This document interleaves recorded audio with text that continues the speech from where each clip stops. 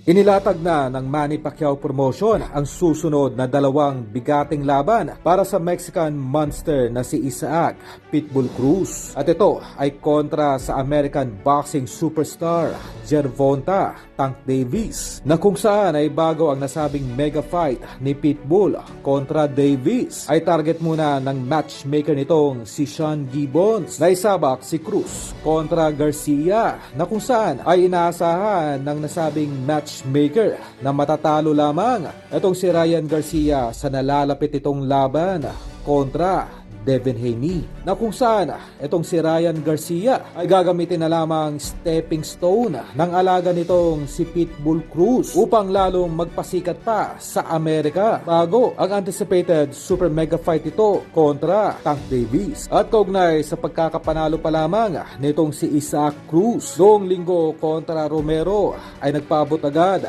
ng mainit na pagbate sa nasabing Meksikano ang ating pambatong si Cuadro Alas. Para po sa kalaman na lahat, itong si Cuadro Alas ay nasa ilalim pa ng Manny Pacquiao Promotion ay plano sanang gamitin itong si Isaac Pitbull Cruz para sana sa paghahanda noon ni Alas kontra Donaire. Ang target noon ng nasabing matchmaker na si Sean Gibbons ay manakaw ni Casimero, itong 40 anyos na noon na si Donaire, upang may sunod sana ang laban kontra Inoue. Ganoon pa man, hindi man nagmaterialize ang laban noon ni Alas kontra Nonito Donaire, ay nagkaroon naman ng magandang ugnayan itong si Alas kay Pitbull. At sa huling balita ay kinumpirma na ng Treasure Boxing Promotion ang venue ng paglalabanan ng ating pambatong si Cuadro Alas ngayong darating na Hulyo, na kung saan ay nakakontrata muling lalaban sa bansang Japan itong ating pambatong